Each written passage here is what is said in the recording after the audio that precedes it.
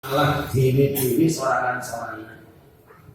Kenapa umat Islam Indonesia rajin banget mengadakan peringatan-peringatan, terutama warga Nahdlatul Ulama Ahlussunnah wal Jamaah doyan banget dengan peringatan dan peringatan Rajab, peringatan 1 Muharram, peringatan Nuzul Quran, peringatan hampir semua hari-hari bersejarah umat Islam Indonesia mengadakan peringatan. Bahkan hari-hari kebangsaan warga NU, warga Ahlussunnah wal Jamaah, umat Islam Indonesia paling semangat mengadakan peringatan 17 Agustus, peringatan 28 Oktober, 10 November, 25 Desember,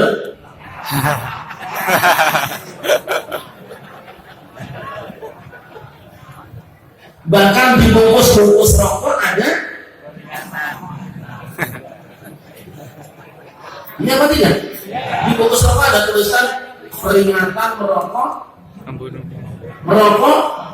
Cuman yang aneh apa? Tulisannya merokok membunuhmu. Tiap hari orang di pasar bakarin rokok, ngisepin rokok, matiin rokok. Rokoknya pada mati, orang di pasar orang mati.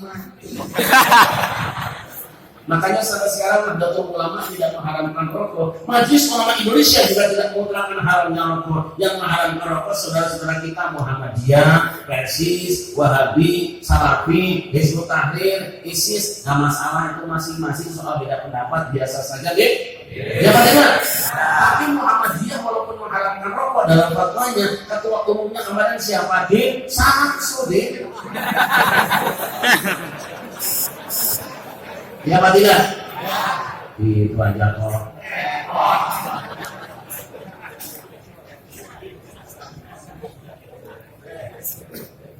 Kenapa umat Islam Indonesia Ahlussunnah wal Jamaah rajin mengadakan peringatan-peringatan? Kita sederhanakan saudara-saudaraku, yang namanya peringatan itu khusus bagi orang-orang yang punya ingatan. Oleh karena itu kalau malam ini di Denpasar ada peringatan, berarti orang Denpasar masih punya ingatan. Dan kalau besok ada yang anti peringatan, apalagi punya bid'ah peringatan, gak usah dilayani, harap maklum, orang itu sudah hilang.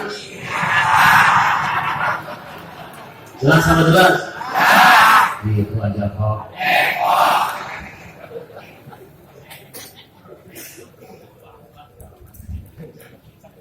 Subhanalladzi asra bi'abdihi laila. Subhanallah. Apa itu subhanallah? Tasbih. Apa itu tasbih? Zikir. Mengapa Allah Subhanahu wa Ta'ala meletakkan tasbih, kalimat zikir di awal surat Al-Isra yang merupakan surat turunnya perintah salat? Suratnya saja saudara-saudara, kalau kita baca Quran luar biasa Quran itu. Ayo kita lihat. Surat Ali Imran surat berapa?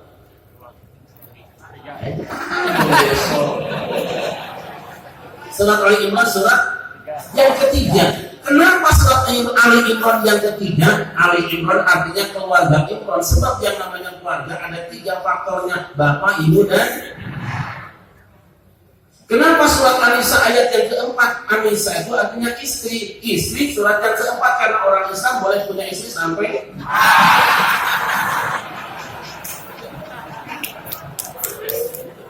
Ayam sampai. Kenapa surah Al-Maidah surat yang kelima? Al-Maidah itu hidangan makanan, karena kata dokter yang namanya makanan 4 sehat 5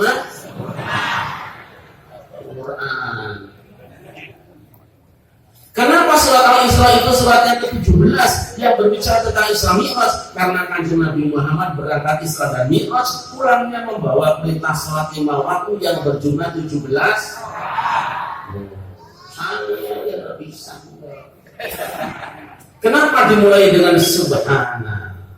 Subhana itu tasbih. Tasbih itu zikir. Seakan Allah mengatakan, hai umatku yang kukasihi, wahai umat Islam, dimanapun kamu berada, kemanapun kamu pergi, apapun yang kamu lakukan, hendaknya hatimu, lisanmu senantiasa berzikir mengingatku. Umat Islam dimanapun berada, hatinya senantiasa berzikir kepada. Zikir yang mana? Mau pilih, mau zikir jahar juga boleh, mau zikir khafi juga boleh. Sebab dalam Islam zikir itu ada 2. Wa asirru qawlakum aw isyaru bihi innahu alimun bidatis sudur. Dia zikir ada dua, ada zikir jahar, ada zikir khafi. Jahar ada suaranya, khafi ada rasanya. Ada jahar, ada khafi, ada dahar, ada khafi.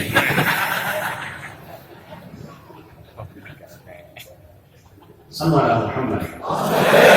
Sallallahu Muhammad. Alhamdulillah malam ini dari pasar bersih. Dari tadi saya dengar pikiran terus, Masya Allah. Apa yang nggak pada punya hutang ya? Tapi kalau lihat wajahnya jadi kering. Semaya saking diri lain cinta dengan Islam. Tahukah kita saudara-saudara, Rasul pernah mengatakan innalillahi malaikatan sayyahina yatanisuna majalisa dzikri wa idza wajadu qawman yatuna wa ta'ala bil ajati wa yaquluna bi asyatihim. Allah punya satpol PP dari kalangan malaikat yang sangat banyak jumlahnya. Mereka berterbangan dan bertebaran mencari majelis zikir. Di tempat ini sekarang bukan cuma ribuan orang ini, di luar penuh dengan malaikat, panggung penuh dengan malaikat. Jumlahnya bukan ribuan, bukan puluhan ribu, bukan ratusan ribu, jutaan malaikat penuh bersama dengan kita semuanya. Allahumma amin. Apa yang mereka lakukan sudah dilakukan ketika ada orang yang beriman membaca Al-Quran, mereka tenang mendengarkan. Saat kita berpikir, mereka ikut pikiran. Saat kita baca sholawat, mereka ikut sholawatan. Dan nanti di penghujung acara kita berdoa, mereka semuanya akan mengaminkan doa kita semuanya. Allahumma amin. Mereka sekarang menghamparkan sayapnya sampai ke langit sambil berkata, halumu ila ajadikum. Bismillah kata-kata gambarnya mau menyenangkan ajabi kami kata kamar manusia kamu jadi apa ajabi kita. Nanti apa orang? Mereka menambahkan sayapnya sampai ke langit sambil berkata, halumu ilah jadi kurang kita aja hayat manusia untuk mereka untuk air ketika kemarin banyak besar sia. Artinya, silakan kalian minta di tempat ini di hadapan kami akan sampaikan kepada Allah. Jangan ragu-ragu, jangan malu-malu. Doa kamu pasti akan didengarkan oleh Allah. Malaikat malam ini semuanya menjadi tim sukses. Kalau tim suksesnya malaikat, insya Allah urusan kita semua menjadi beres. Allahumma amin. Baik sama tim sukses kalah. Tim sukses Salman kadang-kadang timnya sukses, calegnya gagal malah stres. Kenapa stres? Dikerjain sama tim sukses. Kenapa dikerjain? Balas dendam. Nyalon yang pertama puluh dan kasih sumbangan, rajaban kasih sambutan, ada hajatan dia kondangan. Orang yang kasih bantuan orang mati ngantar ke kuburan. Giliran sudah jadi wakil rakyat diundang pengajian dan nol aja. Saya tanya malam ini ada DPR apa? Ada DPR itu? DPR-nya innalillahi. Ada Pak Camat? Camatnya innalillahi. Ada Pak Lurah? Pak Lurahnya alhamdulillah.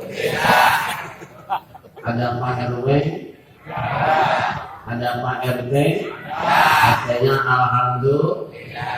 Ada janda? Senang amat loh. Dari saya lihat.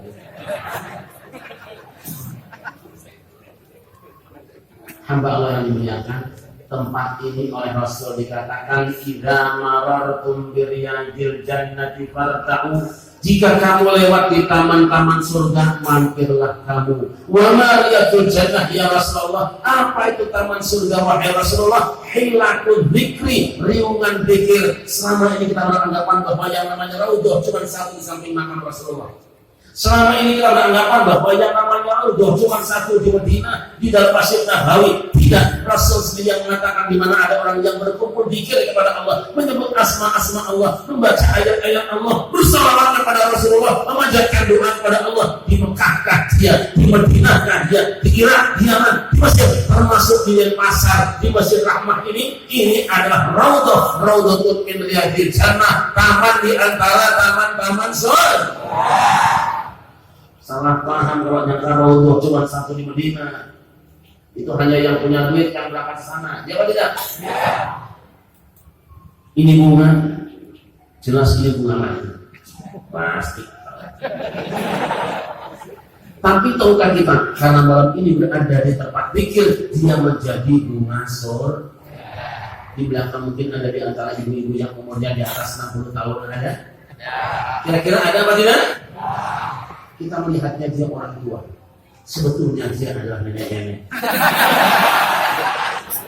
Tapi tahukah kita di hadapan Allah beliau adalah bina dari surga. Semua orang yang berada di taman surga selangkah lagi masuk surga. Allahumma karena ini raudhah min riyadil jannah, insyaallah semuanya masuk surga. Walaupun ini cuma dewan pimpinan cabang, sebab dewan pimpinan pusatnya ada di Madinah. Tapi walaupun ini cuma dewan pimpinan cabang, kalau ibu-ibu yang kerudungnya merah mati malam ini di masjid ini, insyaallah masuk surga. Amin. Salahmu.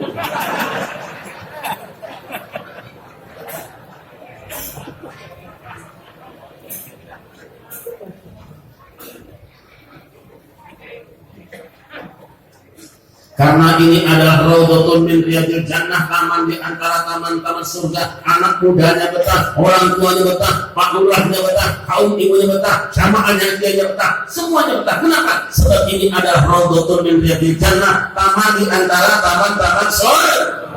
Yang tidak betah di taman surga hanya syaitan. Kenapa? Sebab yang namanya syaitan, kalau ada orang yang baca Quran akan kebakaran, ada orang yang pikir akan kepanasan, ada orang yang baca salawat dia akan kewajotan, kalau ada orang yang baca doa dia bidak tak itu macam. Makanya besok kalau selesai sholat berjamaah, imam yang ngajak zikir berjamaah, ada jamaah yang bidak padahal tidak ada urusan, catat itu jamaah sudah kesurupan. Kalau malam ini pengajian belum selesai, ada yang pulang, berarti orang itu sudah kerasukan. Kalau dia lagi ceramah, ada ibu-ibunya yang dia ditembak mesin ngantuk-ngantuk, maka orang itu sudah kerusak. Dan kalau dia pulang gendong anaknya, berarti yang digendong itu anak.